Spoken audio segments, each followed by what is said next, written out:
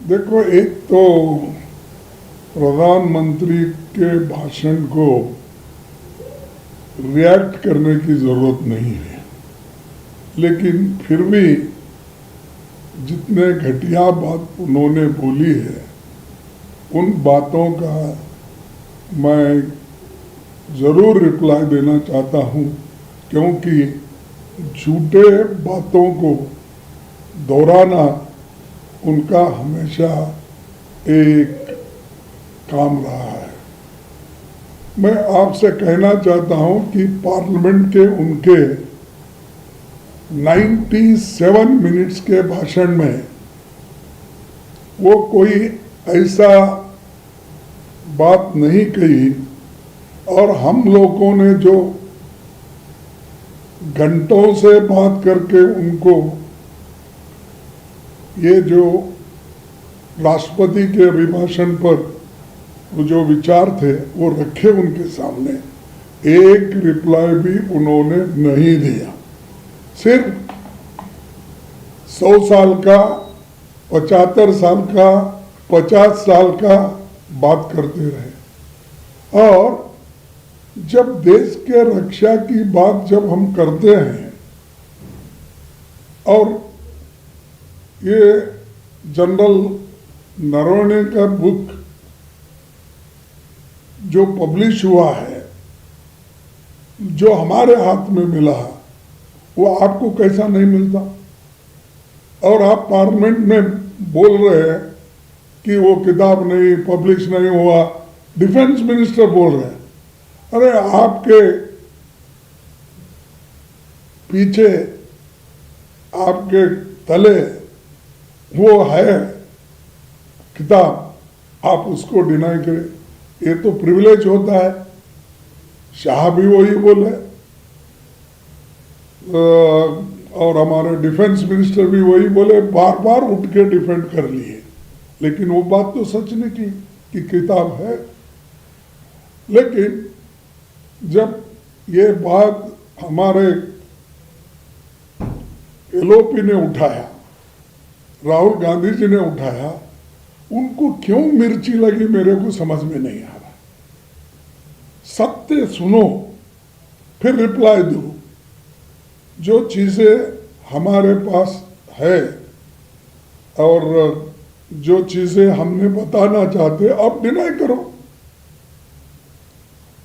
मेरे को 2-2 किलो गालियां देते हैं।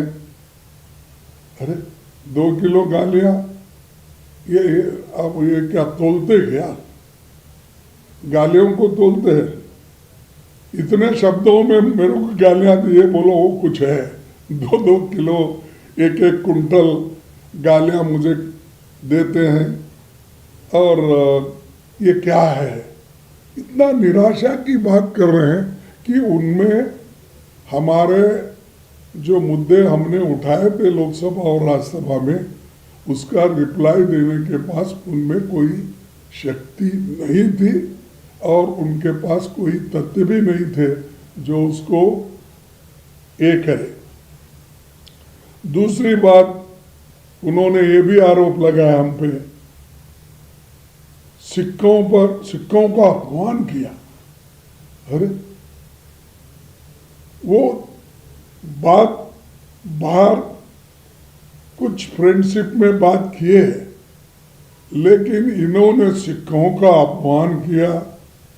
अरे हमने तो सिक्कों का आदर करते हैं, वो एक खास करके वो इतना बड़ा रिलीजन है जिसके लिए डॉक्टर अंबेडकर खुद ये चाहते थे कि सिख धर्म एक बहुत बड़ा धर्म है, इसको अपनाने के लिए उन्होंने खुद पहले दिल में लाया था। ऐसे धर्म को इन्होंने किसी एक घटना को जोड़कर सिखों का अपमान हो। अरे डॉक्टर मनमोहन सिंह जी को हमने फाइनेंस मिनिस्टर बनाया, हमने इस देश का सबसे उन्नत पोस्ट जो खुद मोदी जी है, फॉल्स प्रोपेगेंडा करके जो कुर्सी पे बैठे हैं, और गोबेल्स के थ्योरी में और हिटलर जैसा जो बिहेव कर रहे हैं, उन खामोश रहकर काम करने वाले और दुनिया के मशहूर इकोनॉमिस्ट को डॉक्टर मनमोहन सिंह जी को हमने 2 बार, 1 बार नहीं 2 बार हमने प्राइम मिनिस्टर बनाया।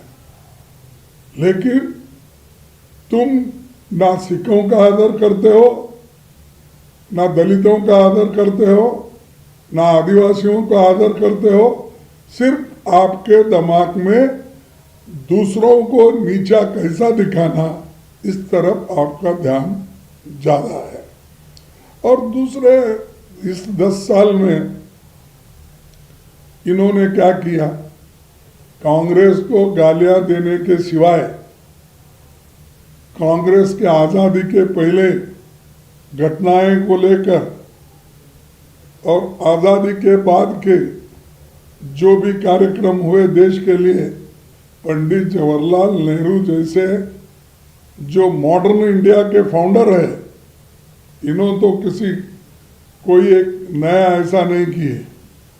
और मेरे को दुख की बात होती है, पब्लिक सेक्टर जो हिंदुस्तान में बने हैं, उस पब्लिक सेक्टर को उन्होंने ये कहा, ये दिवाला निकालने के कारखाने। उन्होंने यहाँ तक भी कहा कि ये पैसे वेस्ट करने के पब्लिक सेक्टर होते हैं।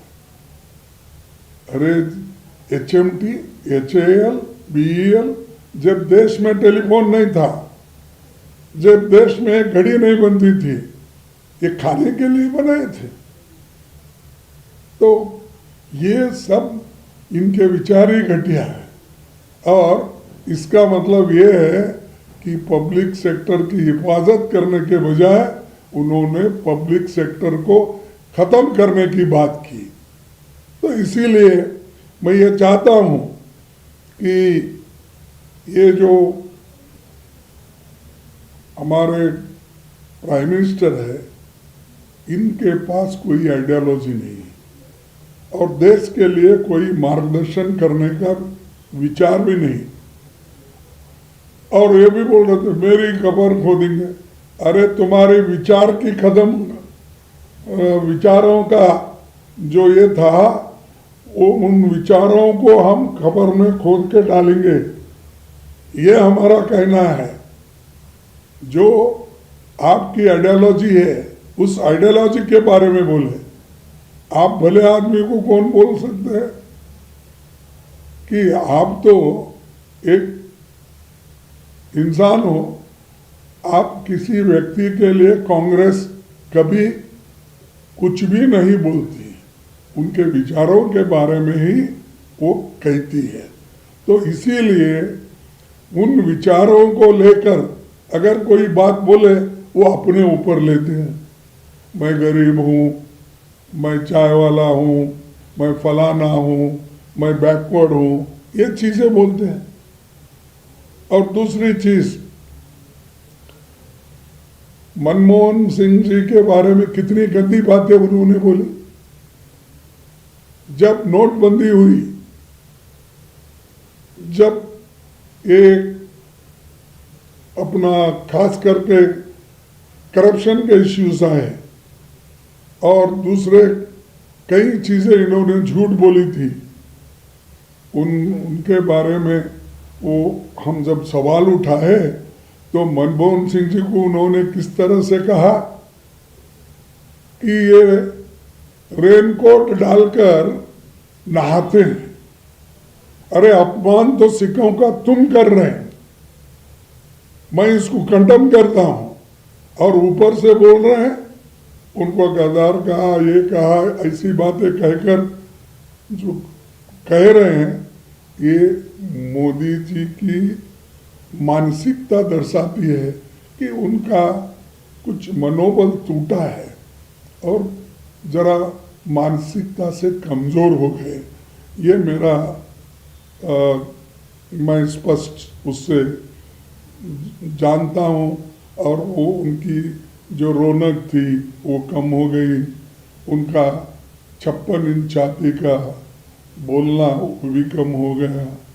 मैं अकेला भारी सबको, ऐसी अहंकार की बात करने वाला इंसान अगर देश के लिए, पार्लियामेंट के लिए आज एक गंदी बातें बोलता है तो ये देश के लिए अच्छा भी नहीं, उनके लिए भी शोभा नहीं देता। उनको एक डर है, जब राहुल जी उठते हैं तो क्या सवाल उठाएंगे, क्या बोलेंगे, कहाँ से क्या लाएंगे, ये डर उनमें है। इसीलिए मोदी जी सदन में बैठते ही नहीं। और इनका इंटेलिजेंस कुछ कहा, इसीलिए तुम प्राइम मिनिस्टर को वहां रिप्लाई देने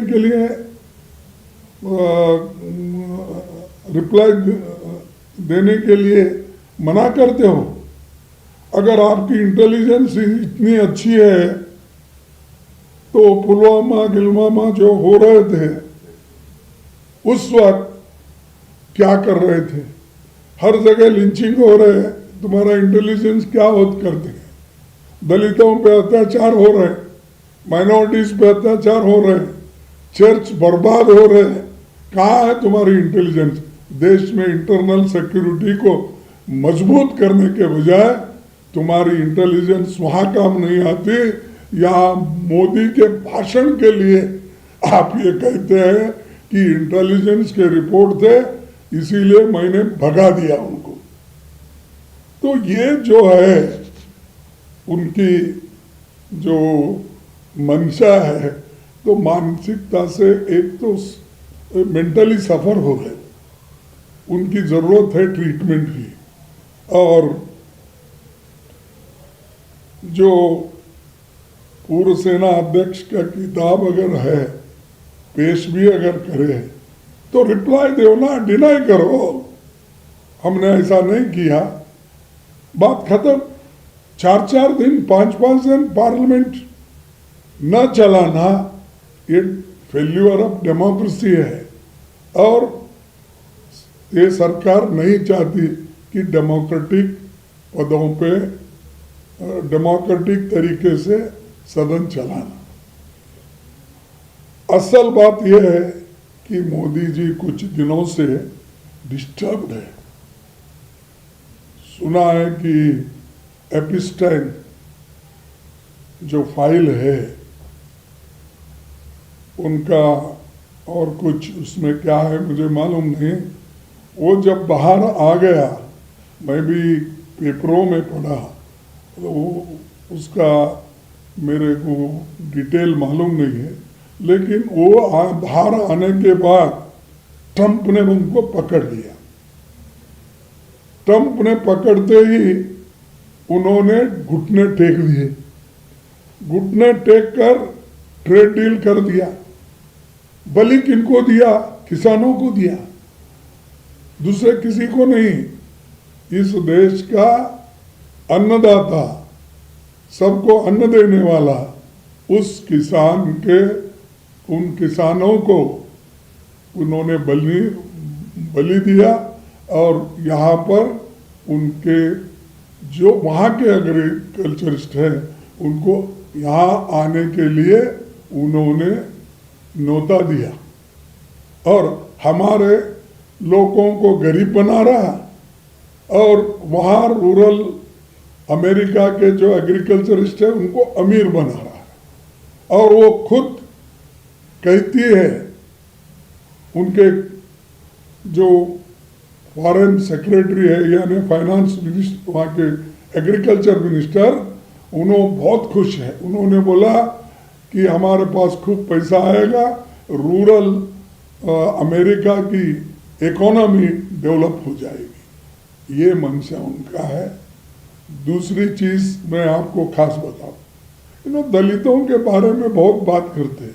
मैं 2014 में जब लीडर ऑफ अपोजिशन बना था कांग्रेस का तरफ से, यानी फ्लोर लीडर, मेरे की थोड़ी चीज़ें कम थी, लेकिन आपका डिस्क्रिशन था गवर्नमेंट का कि इनको बना सकते हैं, और स्पीकर ने भी लिखा, लेकिन इन्होंने फ्लोर लीडर को अपोजिशन लीडर में बदलने का नहीं किया।